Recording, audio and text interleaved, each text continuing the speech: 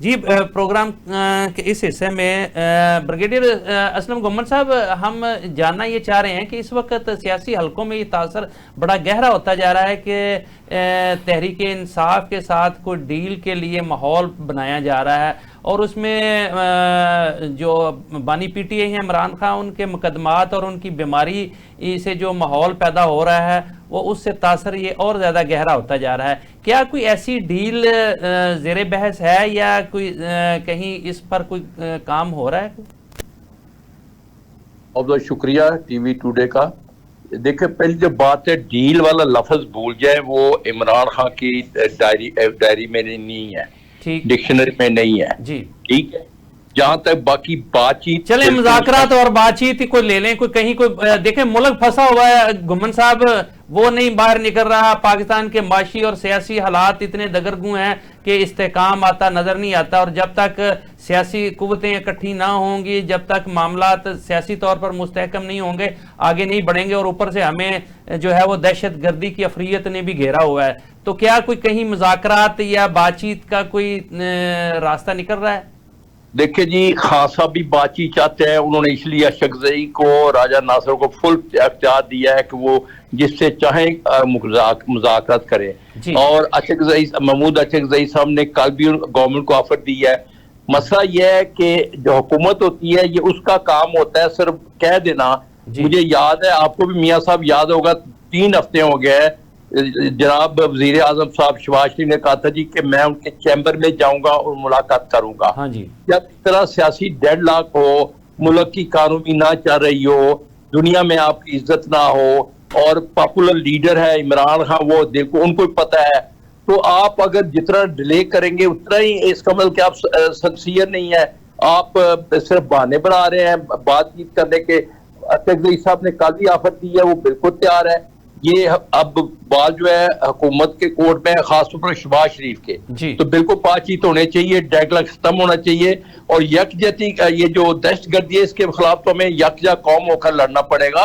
क्योंकि आपको पता है ये दहशतगर्दी स्पॉन्सर सिर्फ अफगानिस्तान से ही नहीं है, उसके पीछे इंडिया है, उसके पास इजराइल है, उसके बाद जो हमें शाबाश देता है, हमारी तारीफें करता है, वो भी इसमें शामिल है। तो हमें कौम को इकट्ठा होना पड़ेगा, और उसका एक ही रास्ता है कि कौम इकट्ठी तब होगी कि जब मोस्ट पॉपुलर लीडर, जिसके साथ 80-90% लोग हैं, उसको बाहर निकाले। वो मुल्क का बिल्कुल खैर है, हमसे सबसे ज्यादा वो मुल्क का प्यार करने वाला है, मुल्क के साथ वो बिल्कुल आगे ले जाना चाहता है।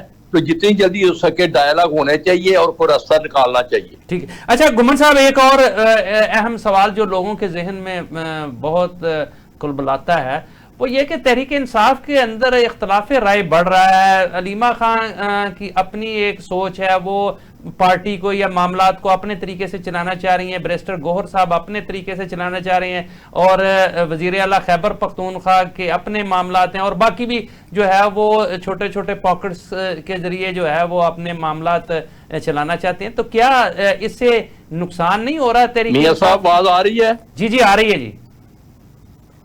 मियां साहब, आपने ये सवाल किया था, मुझे यकीन था कि आप पूछेंगे। पहली तो बात बता दूं कि कौम जो है ना इस वक्त तो पार्टी इमरान खान के साथ है जी। कोई ग्रोहबंदी नहीं है। जहां तक कलीमा बाजी का तलक है, देखें वो बहने हैं, उनके जो जज्बात हैं वो मेरे और आपके आम वर्कर के नहीं।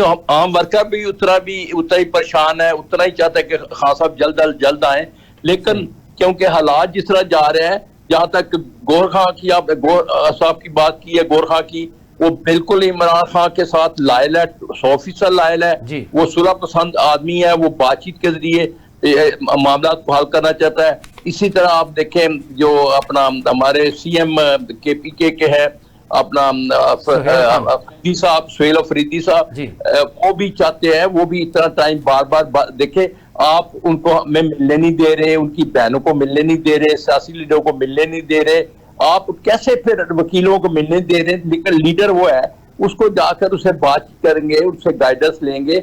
वो पार्टी की हेड जो है गाइडेंस के बगैर कैसे कोई बातचीत कर सकता है? उसके बावजूद अशरफजई साहब भी कहते हैं हमें मिलने दें, उनकी बहन को मिलने दें, उनका इलाज कराए। वो एक हर कैदी का अपना हक होता है, आईनी हक है ये तो नहीं है आप उसको बीमार हो उसकी फैमिली को बताए ना, आप बाला बाला इलाज कराएं, उनकी अगर तसल्ली हो जाएगी, उनको मिलने दिए, क्या हो जाएगा? कोई आसमान तो नहीं गिर जाएगा। आज अगर बार कोई बात भी करती है तो उसे पैगाम ही देती है ना, इसमें कोई हर्ज नहीं है। तो हमें गवर्नमेंट को होश के नाखन लेना चाहिए मुल्क की खातर। मैं कहता हूँ अपने जाती इख्तिलाफ इस वक्त मुल्क को बेहद जरूरत है कि हम सियासी यकजहती हो, तमाम पार्टियां इकट्ठी बैठें, दहशतगर्दी का मुकाबला करें और ये हमारी जो गिरती हुई माशियत है उसको ऊपर ले जाने की कोशिश। ठीक हो गया गुम्मन साहब, आपका मौकफ आ गया जी।